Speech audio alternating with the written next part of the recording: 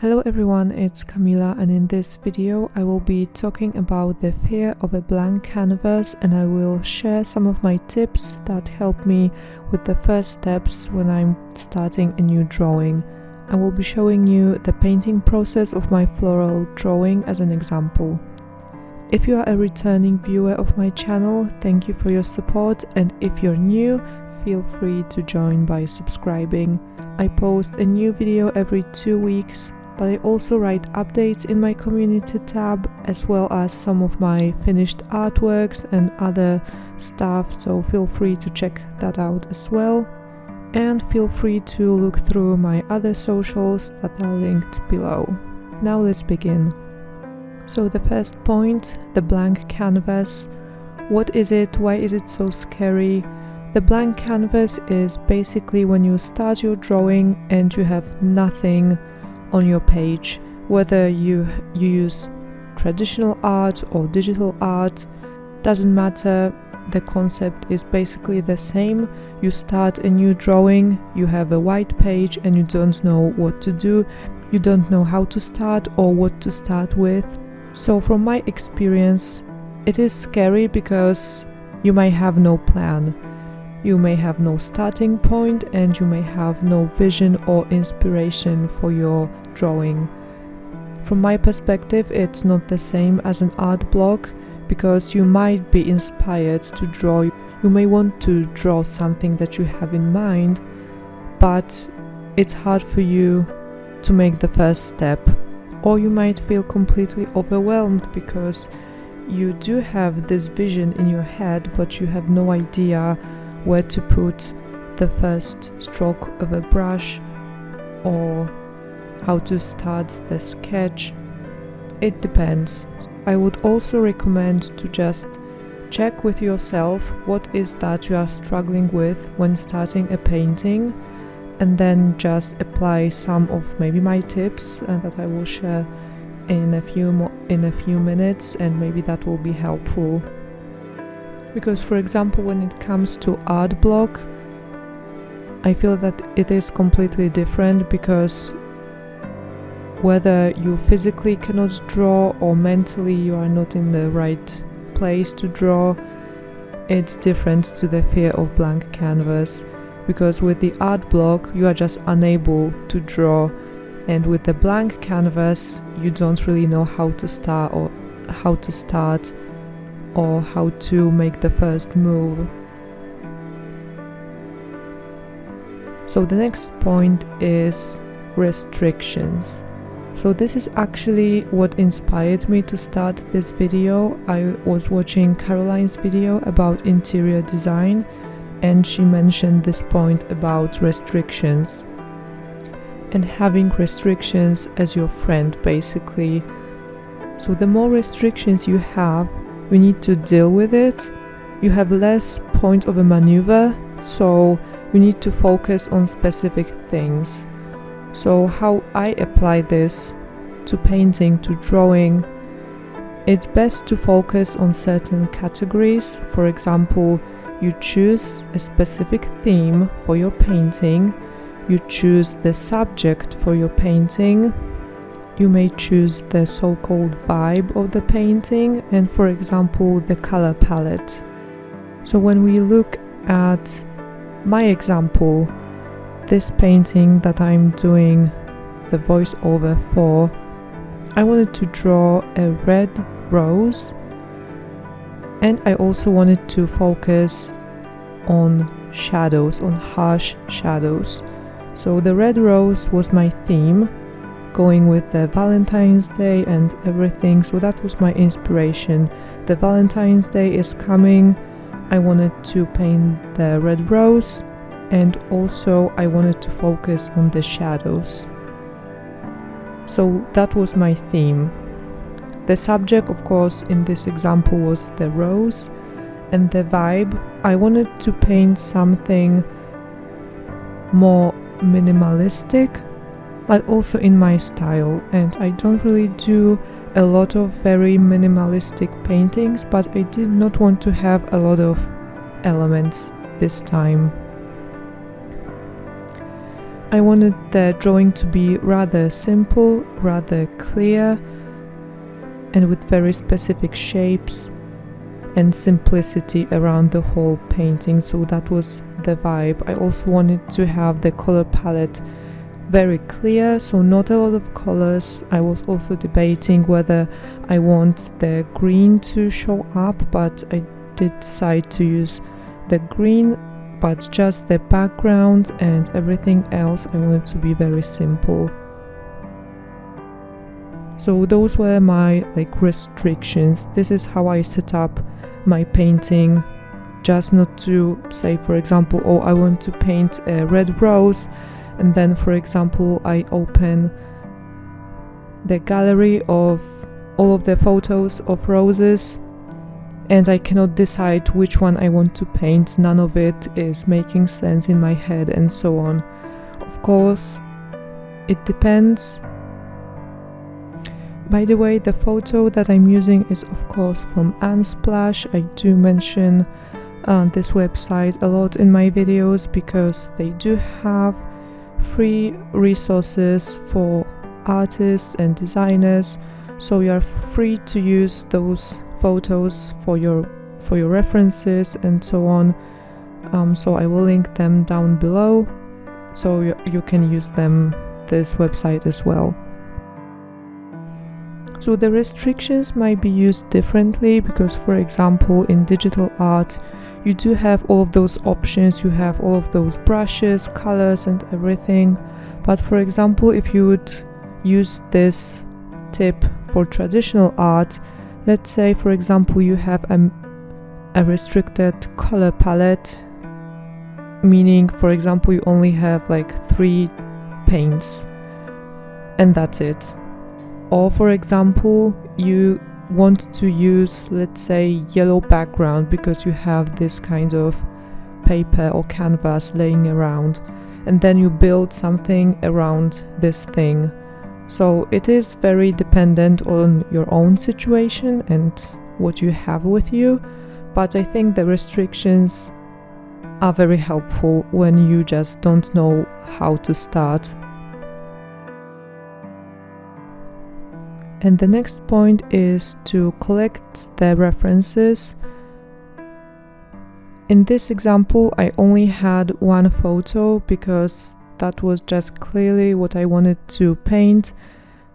But for example, when you look through my other videos, for example, I have one that is quite long. This is my full illustration process. That was the sword timber video.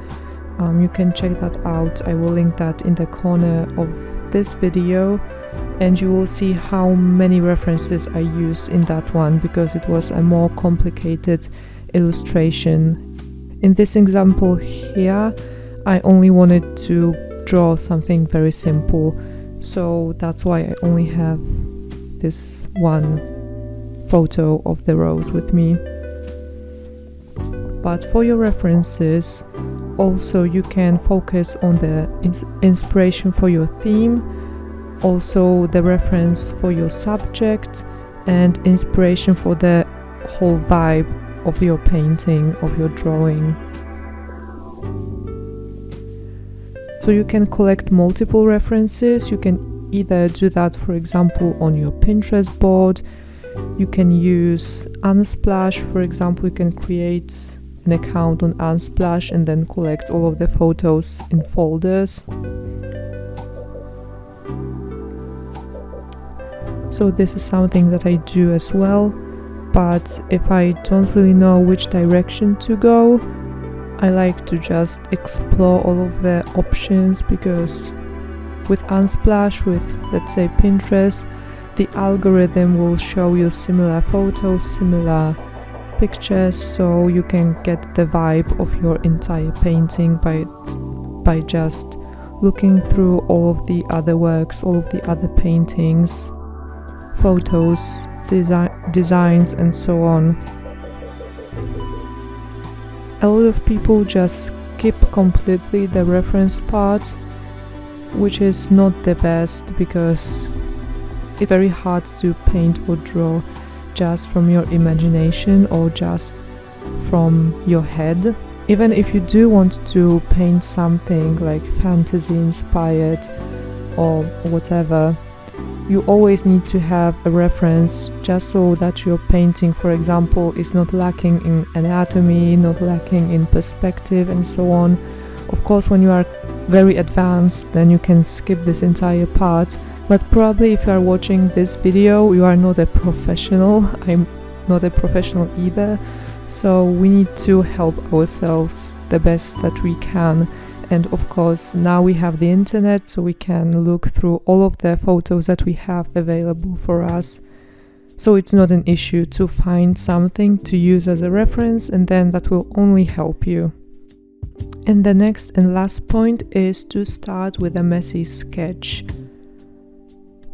Now, depending if you are a digital or traditional artist, it might look a little bit differently, but if you, for example, use a digital software to draw something, just create a separate layer. That's it. And on that layer, you can draw anything. It can be as messy as you want to. You can always delete that layer and start all over again. And if you are a traditional artist, get a separate piece of paper and just start the sketch there. And then once you are happy with what you have created, then you can start to transfer that sketch onto your actual canvas.